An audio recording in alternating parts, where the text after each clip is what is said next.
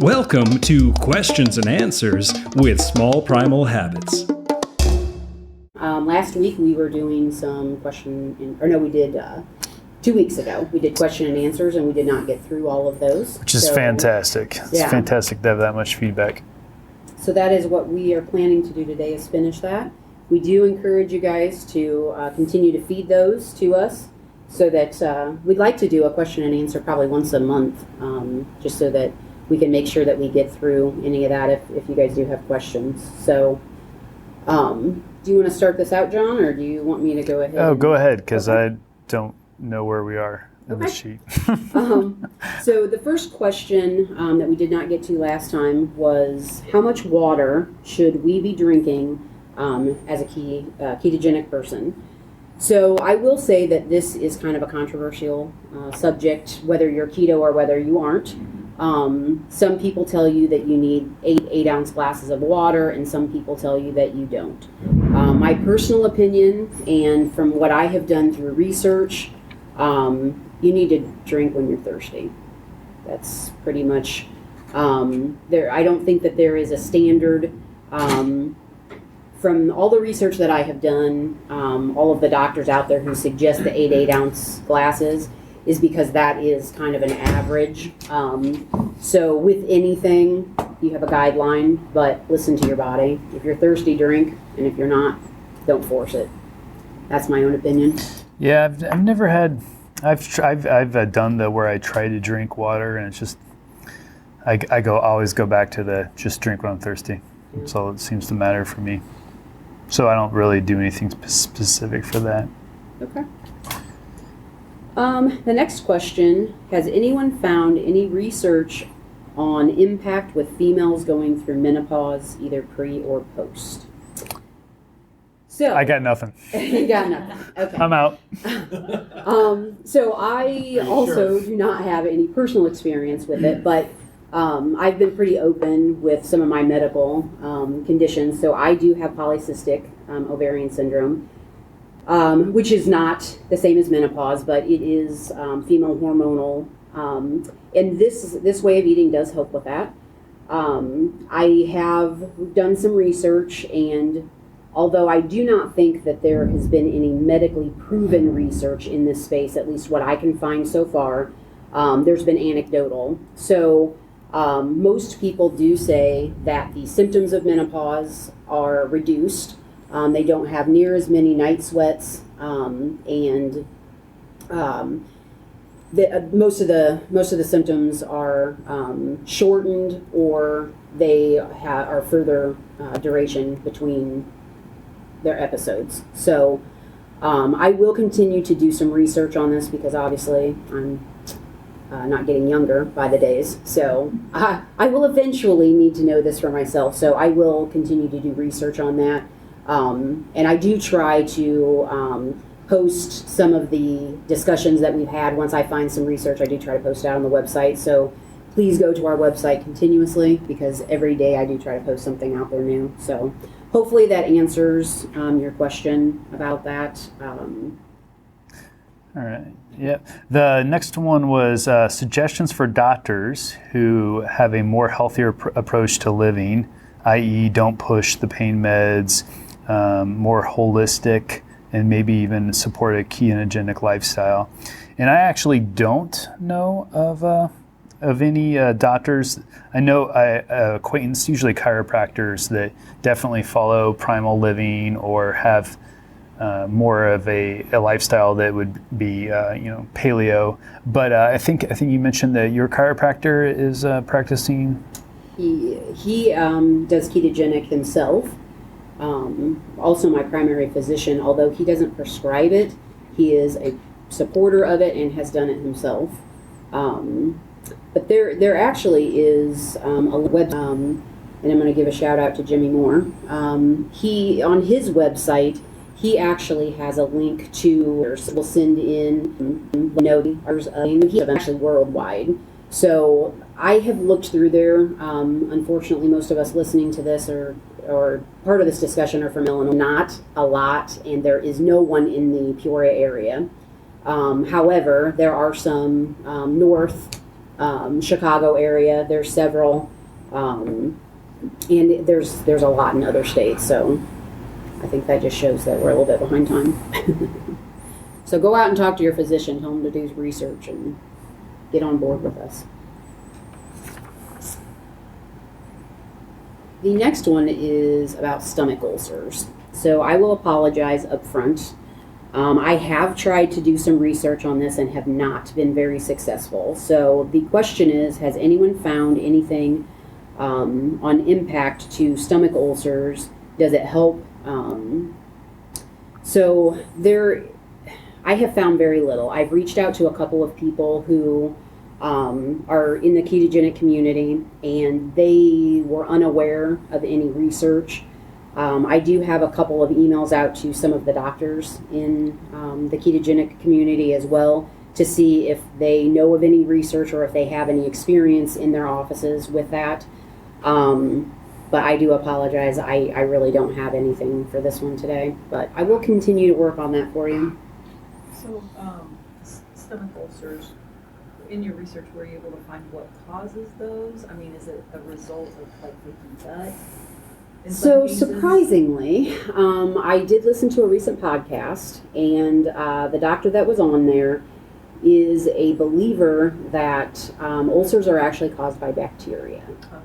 So his piece was if we had probiotics, that it would help with that. But he did not cite any research. I don't know if that is his own personal belief, if it is anecdotal from his practice. So I really wanted to do a little bit more research in that space just to see what others were feeling about that. Yeah, because the controversy is around if it's your stomach acid taking over, and if when it comes down to the stomach acid, this eating style would not impact your. I mean, it is not like an acidic diet, so it's not like it's not going to impact it in that way. But the problem is there's so many other, contributing factors that you can't really tell for sure. Yeah. So I want to pause quick and just ask if anybody has any questions on the phone. You can unmute your phones by punching *6. So we want to give you guys a chance to ask any questions about anything that we've discussed so far. Okay. Or submitting a question too that you didn't have to do ahead of time. If you have one, you can just speak up at any time. Okay, the next one are, what are the most common mistakes people make when going ketogenic? So, this one I could probably talk the whole, and not because people make a lot of mistakes, but it's going to generate a lot more conversation, I think. But I'll try to keep it to a minimum just so that we can get through the other couple of questions. But break in if you guys have any comments, questions, or... So the number one thing that I have seen is thinking this is a diet. So you lose weight and then you want to go back to the SAD diet or the standard American. So I will tell you that if you eat this way and then you go back to eating the standard American diet, you're probably going to gain weight. It's not any different than any other diet. If you start Weight Watchers and then you quit and you go back to eating donuts and cookies, you're probably going to gain the weight back. But this it's not a quick fix. It is not something that you're going to do for a week and then be healthy and never have to think about eating this way again. This is a lifestyle change, and I recommend that when you do it, you commit, and then you this just becomes your new way of life. So, and I think you can run into some tummy troubles too. If you go back to the old way of eating. Absolutely. And just feel really bad immediately, and know that was a mistake. And it's easier to go back to the keto again. Yeah. I mean, that cheat meal or that free day doesn't become something you look forward to anymore because you don't need it and you know how bad you feel afterwards. Yeah. And that actually is great feedback, Denise. That's something that people who have come to me, And that was, I was at a birthday party and I wanted to have cake, and so I did. Okay, and everybody has that choice. We're all free to make that choice. Just understand that when you make that choice, that there are consequences that come with it. And then they would come back and say, oh my gosh, that was horrible. I felt terrible. I didn't enjoy the rest of the party. My stomach hurt. I had bathroom issues, whatever it was. And so, although for me, I'm an all or nothing kind of person, but if you are someone who is the 80-20, like John has pointed out numerous times, if you choose to do that, that's great. But most people who are that way decide that it's not worth the cheat. So they'll find some other thing that they can do because how they feel just isn't worth.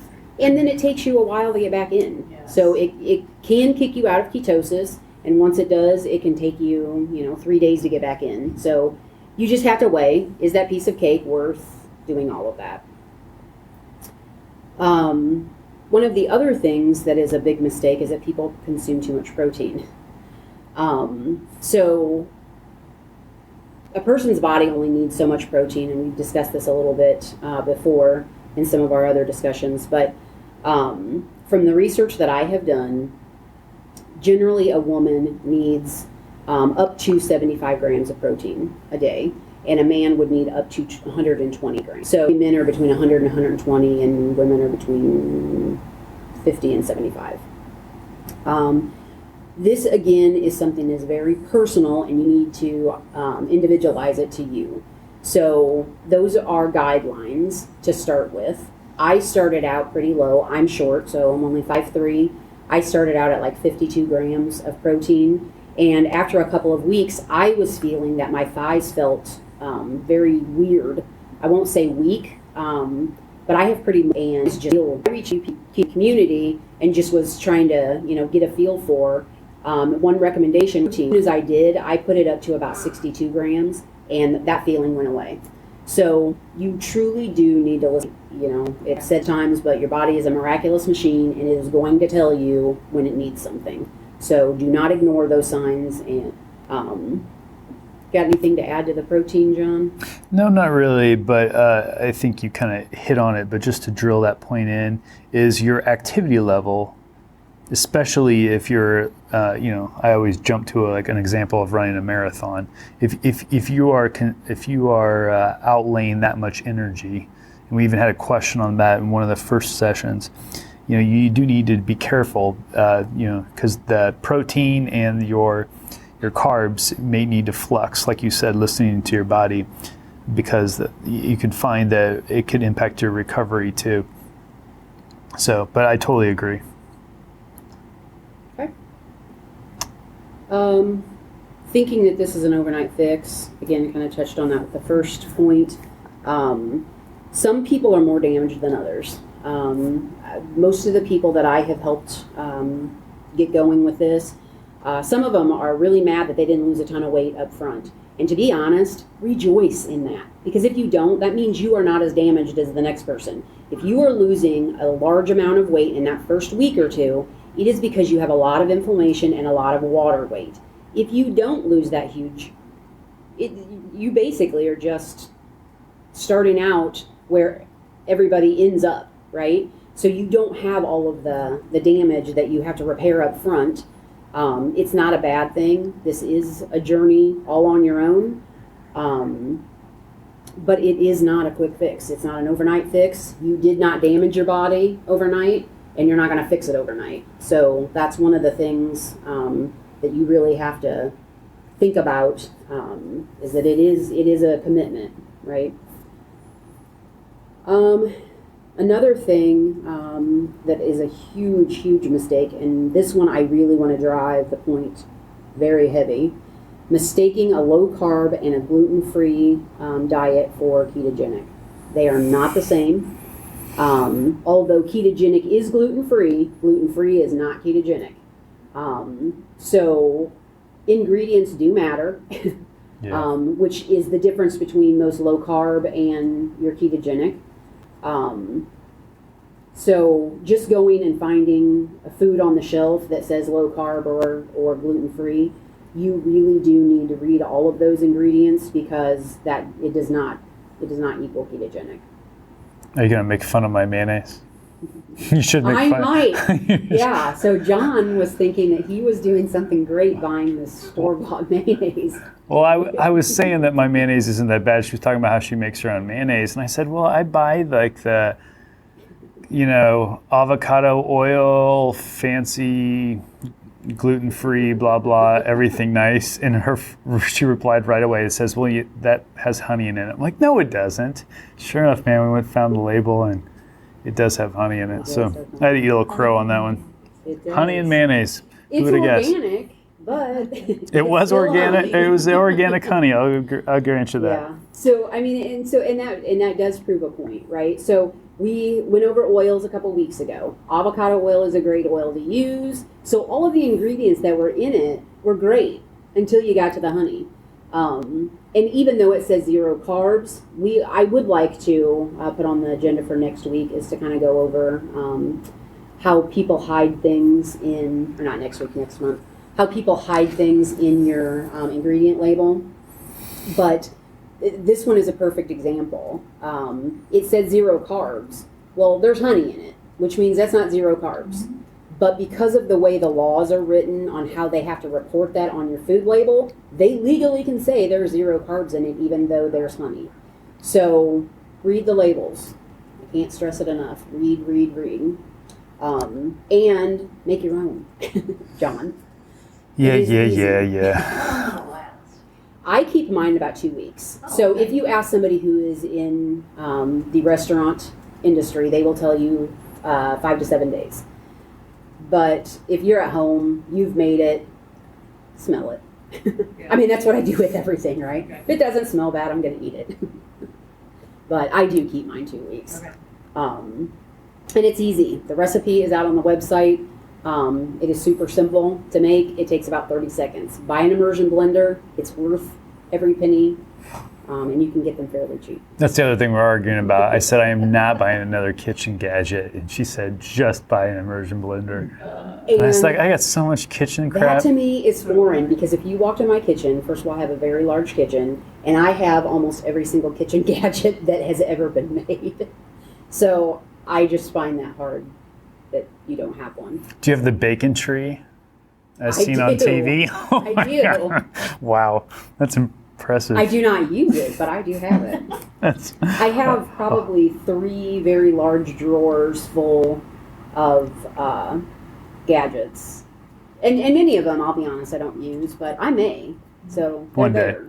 One day you might use I it. might use it. Well, I cleaned my kitchen stuff. My kitchen's bare bones now. I only keep things. I need That's to why go through the I'm minimalist. That's why I'm going to bring you my grinder. Yeah. Okay.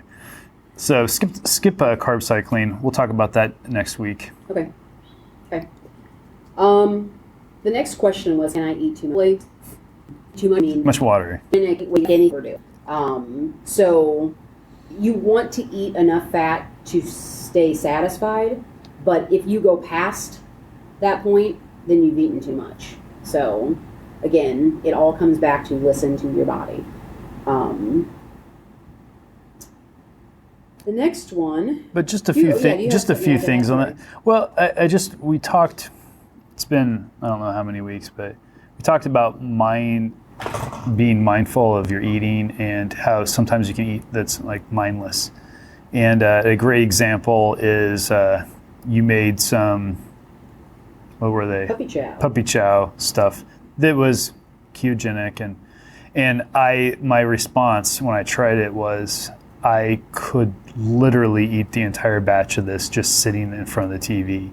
So you do need to be aware that especially when you're having or consuming more fat, you are in essence, or it's very easy to consume more calories. So her answer of yes is really important, but you also need to be very aware of when you're doing your mindless eating, because as Americans, we tend to do that in front of TV a lot.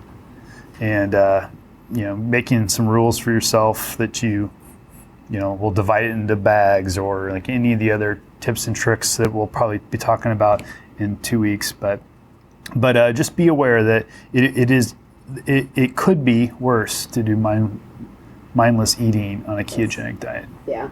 Which, and that actually goes back to a couple weeks ago that we talked about eat when you're hungry, right?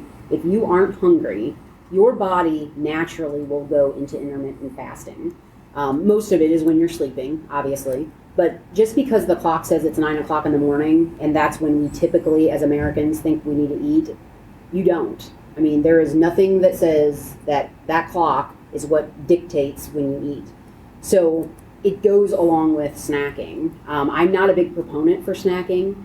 I do have, occasionally, I'll make things like the puppy chow, but I do control it. My husband's going to kill me if he listens to this podcast because I'm telling on him.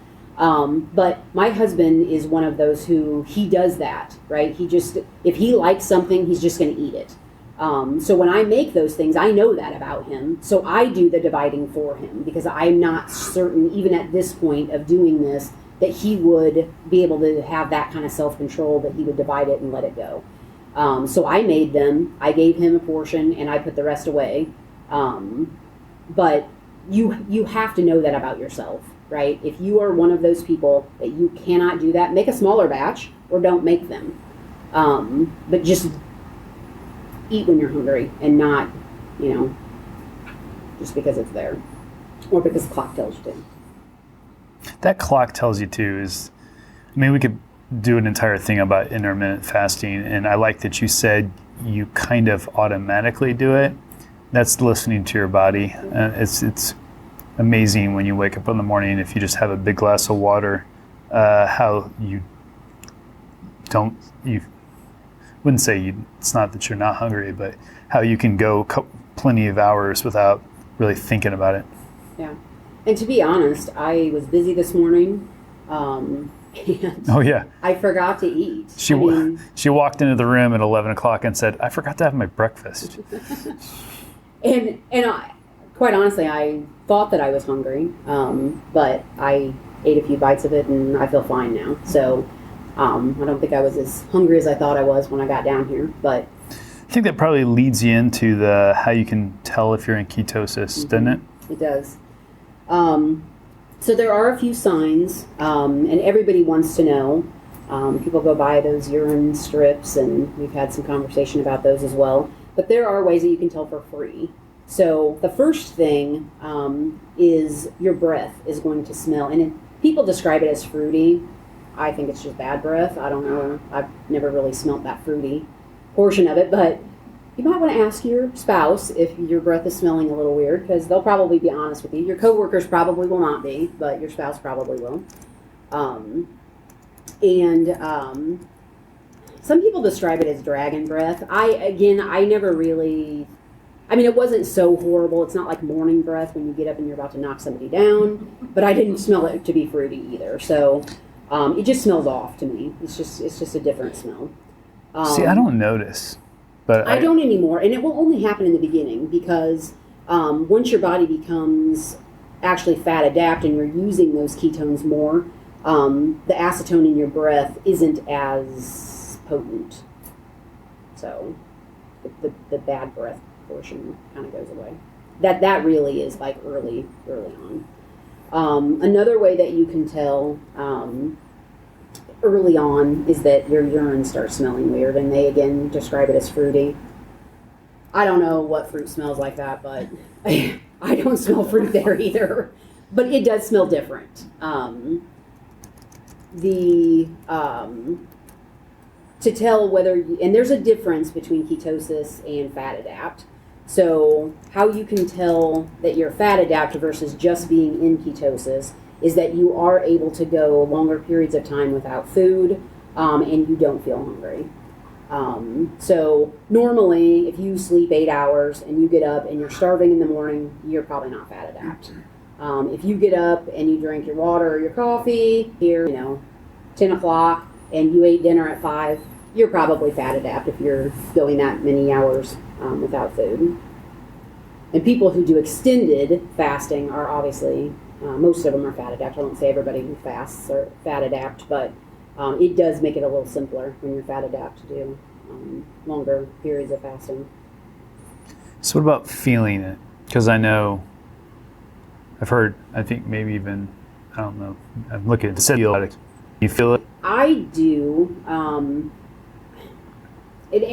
Quite honestly, it kind of goes back to the feeling of the clear brain and The clarity. So it's something that until you experience it, you can't really describe it to somebody. I mean, I said before I have medicine head, and I don't know what the and how to describe it. But when I'm out of ketosis, I actually, like physically, I just feel different, and I can't really describe that. But it is definitely different. All right. Is that the end of our list? It is the end of our list. Oh, that's fantastic. We got through all the questions. That's great. Does anyone in the room have any questions? I have a question. Sure. I'm new and was wanting to find out, I'm type 2 diabetic. So Okay. how does this play into that? I mean, is that It is something that wonderful. needs to be? Okay. So I used to be type 2. And full disclosure, I've only been ketogenic for almost a year now. But I was doing low carb prior, and I have reversed my type 2 diabetes. There are many people who go on this and in a very short amount of time either reduce their medicine, not on their own, or they are taken off of it. So what my recommendation would be is You mean your absolutely, insulin? Reduce your insulin? reduce the medication. So Okay, so like because there's metformin. two things that you right. Okay. Yeah. So can you talk about the differences between that and insulin?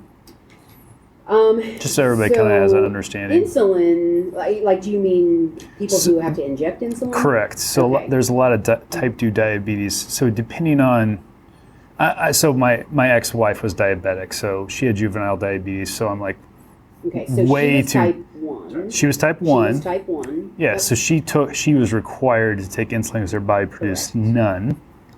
And then there's different phases for type 2, Correct. which is adult onset. And there are some that still supplement with taking insulin with needles.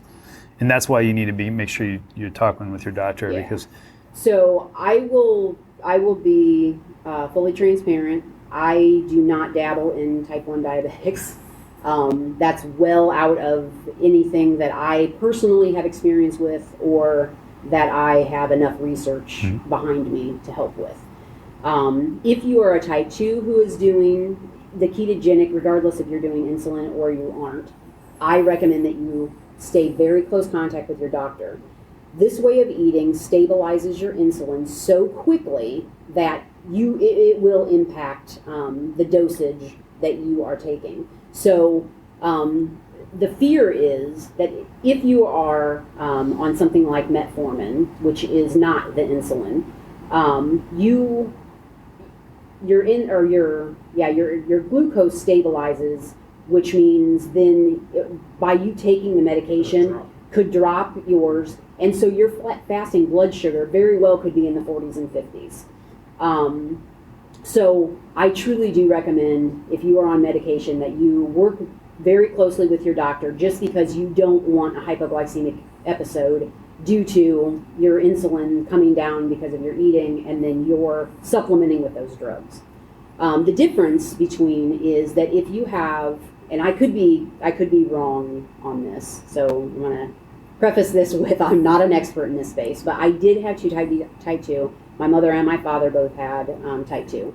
So from my understanding is that if your type 2 gets bad enough or goes untreated for long enough, that it damages you so much that your body can't produce enough insulin. Not that it stops like a type 1, but that it cannot produce enough insulin, so you have to supplement with the injection of insulin. yeah, that's correct. Which is very different from a straight type 2 who just does something like metformin. So, I mean, yes, this diet is very, very good for people. And in fact, I have a link out on our website. Dr. Finney has just started a new company, and he and his colleagues are on a mission to cure 1 million people of type 2 diabetes. So, and they are doing it with the ketogenic diet. So, it is very hopeful. it reduces the inflammation in your body, which actually then helps with other things if you have other medical conditions as well. So. Yeah, and just a side note, the fact that they use the cure verb or noun, whatever would be a verb, is actually means that they have to do a whole bunch of things to prove that, so it's actually a big deal that they're actually doing that. So it'll be an interesting study to see when that comes out, because that's a bold statement to say that in this day and age when people are so lawsuit happy. That's controversial too, right? Yep. I mean, people say that you cannot cure type 2 diabetes. Other people say you can, because it is directly impacted by the foods that we eat. Right. So, I mean, regardless of what phrase you put on it, if you are no longer type 2, I mean, for me, I don't care if it's cured or whether it's reversed or what you want to call it. It's not there, and I don't have to take medicine. So, just right, fantastic, yeah. Right? Well, is there, just real fast, anybody have any other questions? We only have 5 more minutes, so. Okay. Anybody on the phone? So Star 6. *6 on the phone. So while anyone's building up the courage to ask, I'll go ahead and talk about a few housekeeping items. So I mentioned it at the very beginning of the call. Ketonian Korner is now on iTunes. If you search for it, you'll find it. You don't have to just use the link. The Facebook, it's non-related. It's more for if you want to share personal information and you don't want to do it in a work setting. It's a safe place. You can post it also if you'd like. More about mistakes. So we skipped over one revolving around carb cycling. There's a couple of different strategies, but they're very heavy related to fitness that we'll talk about. So if you have any questions revolving around health and fitness pieces and aspects and how you can control your diet with that, we're going to do a little bit more of a deep dive. So any questions revolving around that, feel free to reach out to us. So, what did I miss? Well, I had challenged John a couple of weeks ago and forgot to ask. Oh, yeah. So I challenged him to eat some butter because he said that he's never just eaten butter. This is a true statement. So have it? Okay. So I did say that butter. Take the spoon and eat it. It was all right. It was okay. I mean, I told her, I was like, I wouldn't call it a staple in my diet by any means. And she said I just need to eat it more. You told me I should just eat it more. Yeah. So practice it. Practice. Well, I decided that's not something I'm going to add to my things I practice. So, but it wasn't bad by any means. Is it soft, or do you keep it in the refrigerator where it's hard? I keep it on the counter. On the counter. See, I'm not. Yeah. So I think you should put a little bit in the refrigerator. So you didn't give me all these rules when we started. Well, because I thought you were just like me and kept it in the refrigerator. Oh, of course. No, I like it soft spreadable. I want it to melt on my vegetables. I don't want it to sit there as a brick that slides to the side. Yeah, I do too. But if you're quick and you're just a little hungry and you don't really want any protein and you hard-boiled don't egg, carbs, just slice off a piece of butter and eat a piece of cold butter. Yeah, it's great. I just do hard-boiled eggs. That's my go-to for just a little something. That or an entire avocado. Well, that's which is not really much of a. Except all mine are hard right now. How about a bag and none of them are right. Yeah, I hate that. That's like third world. Fridge. Yeah, I was gonna say the tip for that is if you don't want them to all ripen at the same time, throw them in the refrigerator. It will slow them from ripening. So they're not as good. They aren't. John's opinion. Yeah, I like them more. My husband likes them cold. So. Yeah. Personal preferences. Yeah. So I do have something that I want to update. I think we talked about it last week about MTC oil. Oh, yeah. So John does MTC oil, and I have finally given in. John and I talked about it, and I was getting intrigued by it. And then I listened to a podcast, and after that, I decided to buy some. So I'm still not ready to say I am in full support of it. But I did start it on Saturday, and I can tell you that I'm pretty impressed with how it makes me feel. So mental clarity is there, being in ketosis anyway, but the sharpness and the focus now is, I mean, within the first day, I noticed that difference. So I'm willing to say that I'm doing an N1 experiment for the next 30 days. So I will report each week on how it's making me feel. It is supposed to make your ketones higher. I'll be testing those once a week, which I do anyway. So we'll see if that makes a difference. And it is also supposed to help you drop pounds on the scale, which everyone knows how I feel about that. But I am weighing and keeping record of that too. So You said a month, I'm going to do it for 30 days. and you decided that you're doing 2. So What I did you decide? started out at a teaspoon because everyone that I had reached out to warned me about Go some slow. bad experiences that you can have. Mhm. Even though I have been doing coconut oil, a tablespoon at least every morning in my coffee for more than a year, they still warned that this was a little bit different. So I started out with a teaspoon. I today have worked up to 2.5. So tomorrow, which I felt fine today, so no intestinal issues. So tomorrow I'll be up to a full tablespoon. So we'll see. What is MTC oil? It's a processed oil. So and if you look back on the recording and you listen to our good fat, bad fat, our generic thing was, stay away from processed stuff. So Well, it's processed in the fact that it's coconut oil that they reduce down to isolate the medium chain triglycerides versus having the long chain and the medium chain. Correct. Right?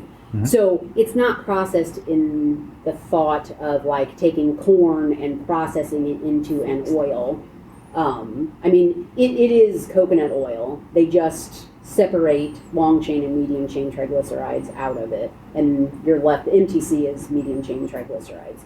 So you're left with, what is it, C8, C10, and C12? yeah. Is that right? Yeah, but basically the bottom line is the reason why they do that is that your body can more easily convert that into ketones without breaking it down. So it's more of if you could call it quick energy revolving around fat, it would be MTC oil. So are you? Sorry, go ahead, Dan. I was just going to ask. So, are you mixing it with something, or are you just taking a tablespoon? So I do mix it because I'm not that brave. Okay. In my coffee every morning, I put 2 tablespoons of butter, a little bit of stevia that is toffee flavored, and I put MTC oil. I was putting coconut oil. John, however, is a brave soul, and he eats it on vegetables.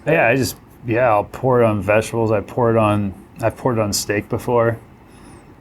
I'll get criticized for saying this, but I even poured it on sushi once. Well, and some people just take it as a shot. I tried that with coconut oil early on, and that experience was not that great, so I'm not that brave. Oh, my son will eat it. He'll put his finger right in the coconut oil and suck it off. Yeah. See, and I'm not a fan of coconut flavor either, so I think that was some of it.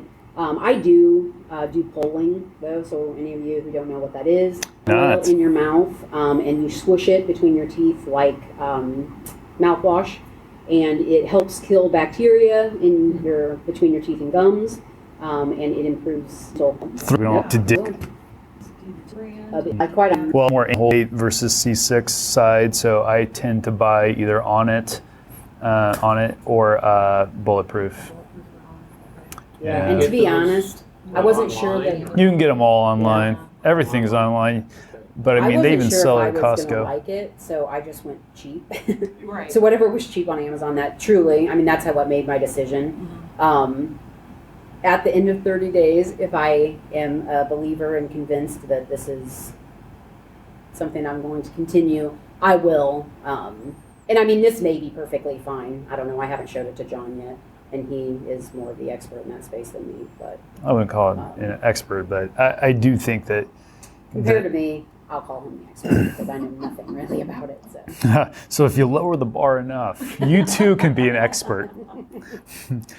All right. So speaking of which, we got to wrap it up. So I appreciate everybody calling in. And again, if you have any ideas for topics, and I should layer one thing on top. If you would like to help present one of these, we're always looking for people to participate. That's the great thing about a small group is we are learning from each other. So feel free to reach out to either one of us. And if you have any questions, you can also post in the Connections community or Facebook group. So, Great. Thanks, all Jim. right. Thanks, everybody. Thanks, and everyone. see you next week. Thanks for listening. For more details, head over to www.smallprimalhabits.com.